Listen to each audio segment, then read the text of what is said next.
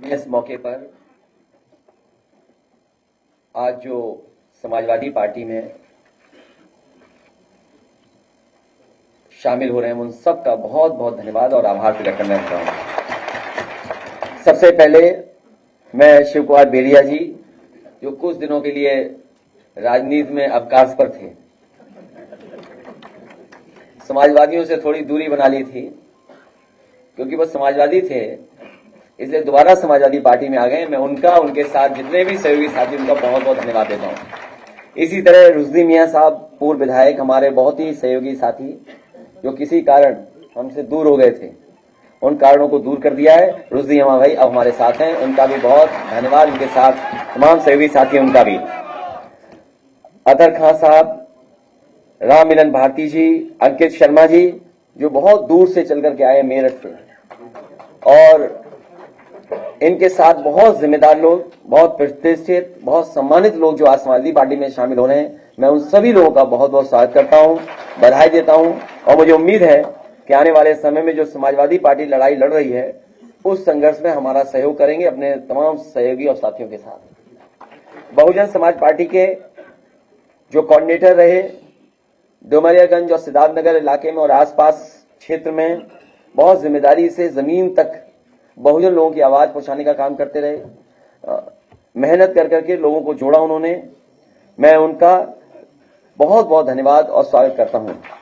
साथ ही राजा राजकुमार सिंह जी, जो जिनके पिता नेताजी के साथ बहुत लंबे समय रहे, बहुत लंबे समय समाजवादी पार्टी से जुड़े रहे, किन्हीं परिस्थितियों में हम लोग साथ नहीं रख पाए उनको, जिसकी वजह से हम लोग दूर चले गए थे। रितेश कुमार जी आज फिर समाजवादी पार्टी में शामिल हैं।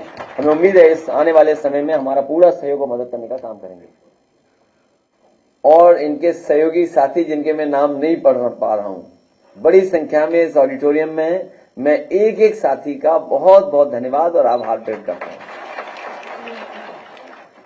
इस मैंने जब आपके साथियों ने मुझसे सवाल पूछा था, ये बहुत पुरानी ट्रिक है और बीजेपी होशियार है। बीजेपी और बीजेपी के जो थिंक टैंक बड़ा होशियार है, कब कौन सी चाल चलनी है, कब ढाई चाल चलनी है, कब प्यादा चलना है। लेकिन हमारे पास बहुत सारे वजीर हैं, आप इनको पहचानते हैं? वो प्यारे मोहन हैं। इसलिए मैं कहना चाहता हूं, ये सब ओल्ड ट्रिक्स हैं। जब समाजवादी पार्टी अपना पीढ़ी परिवार बढ़ाने में जुट गई, तो इस लड़ाई को कैसे कमजोर किया जाए, कैसे ध्यान हटाया जाए, कैसे डिस्ट्रैक्ट किया जाए, उसका वो रास्ता अपना रहे हैं। लेकिन आपको दूसरा पहलू देखना चाहिए कि भारतीय जनता पार्टी के अपने ही लोग, जिन्हें टिकट दी, कोई ना कोई बहाना ढूंढ रहे हैं, कोई ना कोई तरीका बता रहे हैं, या कोशिश कर रहे हैं कि उन्हें टिकट ना मिल जाए।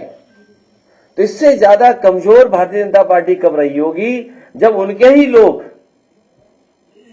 पार्टी या टिकट को छोड़ करके जा रहे हों।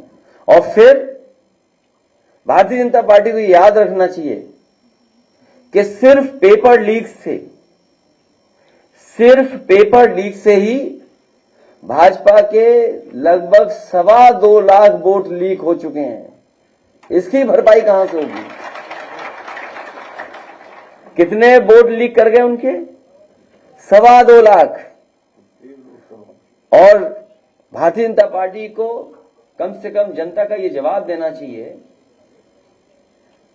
कि अगर हम आंकड़े ठीक तरीके से जनता को समझा ले जाएंगे, तो जनता के सामने क्या जवाब होगा भारतीय जनता पार्टी का पास? क्या 1 लाख किसान आत्महत्या कर चुका जब से भारतीय जनता पार्टी सरकार में आई है। 1 लाख किसान।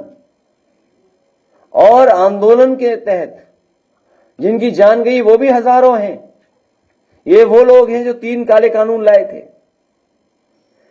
कितने किसान शहीद हो गए, और आज भी किसान आंदोलन कर रहा है और एमएसपी मांग रहा है। क्या एमएसपी देने का इनके पास कोई रास्ता है? और रास्ता भी कैसे बनेगा जब उधार पैसा बढ़ गया हो, देश के ऊपर कर्ज बढ़ गया हो, जिस सरकार ने नोटबंदी की हो और उसके बाद कर्ज बढ़ा हो और फिर 15 लाख करोड़ से ज्यादा किसान का कर्ज माफ नहीं किया, बड़े बड़े उद्योगपतियों का कर्ज माफ किया। और हो सकता है जिन किसानों का कर्ज माफ होना चाहिए नहीं किया, या हम दूसरे तरीके से देखें, वो कभी जांच का विषय भी हो सकता है कि जिन उद्योगपतियों का कर्ज माफ हुआ है, क्या उन्होंने इलेक्टोरल बॉन्ड्स तो नहीं दिए थे भारतीय जनता पार्टी को?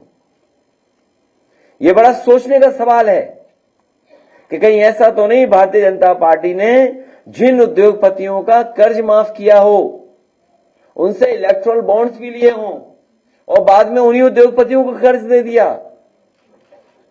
दुनिया में हमें बताओ कौन सा देश इस तरह की अर्थव्यवस्था चलाता होगा जहां पर पहले तो लोन दिया जाए, जब वो डिफॉल्टर हो जाएं तो उनका कर्ज माफ हो, फिर उन्हें कर्ज दे दिया जाए और कर्ज के माफ करने के बहाने इलेक्टोरल बॉन्ड्स ले ली जाते हो।